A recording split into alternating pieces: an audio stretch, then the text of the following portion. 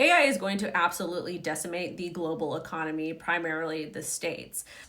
Please watch until the end. Please comment your thoughts. I want to read through all the comments and have productive discourse with all of you because this is a serious threat moving forward. And I'm not quite sure if Bitcoin and crypto will, in fact, be able to continue to make people self-sovereign because, again, quantum computing and AI does pose a threat to Bitcoin as far as private seed phrases, wallets, just things in general. So let's go ahead and talk about something absolutely horrific that David Sacks said regarding AI. So he put out a tweet yesterday on November 24th.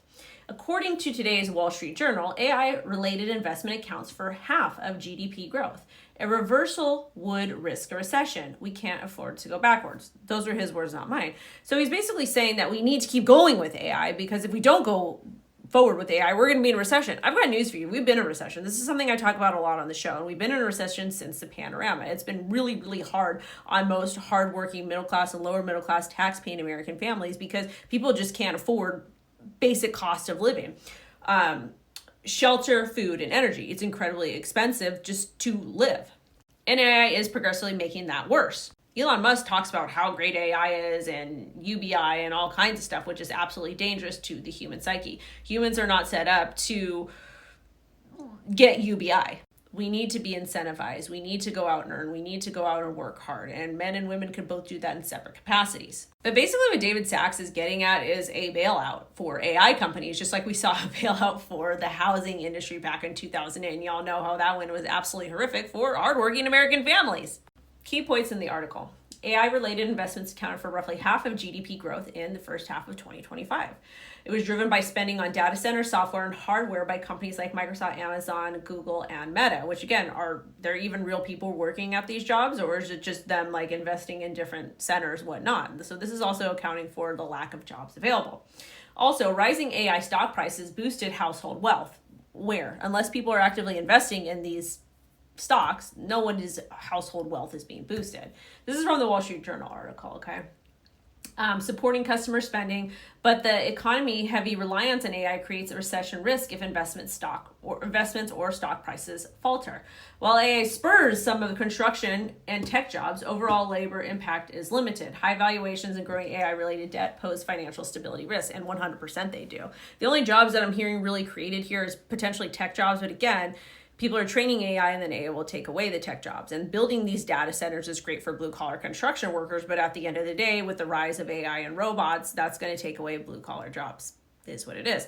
Now with this being said about bailing out AI and the stocks and all kinds of stuff, because again, is this a bubble? I don't necessarily think it's a bubble, but it is, but it isn't. It's a weird thing because we're in this era where everybody's making a lot of money off of AI or AI related stocks. But realistically, at the end of the day, things go down, number goes down, which this will in turn impact these companies' profits, their ability to contribute or fulfill different contracts they have. And these could be government contracts, these could be private contracts, whatever it is. And now the US government's getting involved where it gets a little bit scary. So this is from the White House Genesis Mission article. So basically the Department of Energy will provide secure computing resources, access to federal databases, and AI tools to support research experiments and AI-driven discoveries. The U.S. is going to launch its own national AI program to speed up scientific breakthroughs in areas like biotech, energy, semiconductors, and advanced manufacturing. Federal agencies, private companies, universities, and researchers will collaborate with oversight, training opportunities, and yearly progress to track results. Great, fine, fantastic, but how is this creating jobs for hardworking Americans? Because to me, this is just removing jobs. And now that the government's involved, that's telling me that if there does need to be a bailout, the government's going to step in and do that. And guess whose money that is? Yes. Yours and mine. So maybe this time around, we're not going to have a 2008 housing crash. It's going to be an AI crash, and tax-paying Americans are going to be the ones to bail these guys out. Now back to Bitcoin and crypto. Right now, I'm not worried about quantum computing or hacking as far as private seed phrase, etc. But I definitely want to make sure that I actually own my money. Because if you think that AI is going to be able to get into your private seed phrase, you better believe it's going to be able to get into your bank account and whatnot. And again, we're seeing extremely sophisticated scams happening when it comes to the banks. All you need to do is just one click, and a lot of this is AI driven. But moral of the story is AI is coming whether we like it or not. And the scary part about it is that we might have another crash. We might have an even bigger recession, possibly even a depression. because of the rise of AI. And now with the government being involved in this possible bailout, if that does happen, we're going to be the ones footing the bill.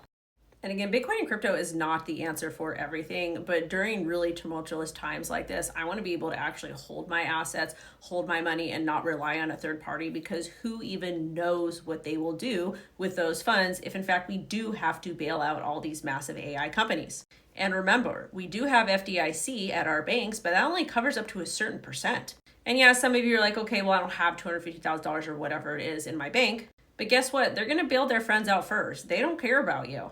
And by law, they're not required to keep any reserves on hand. So you won't be able to just go to the ATM and pull cash out. So that's where Bitcoin and crypto does come in hand.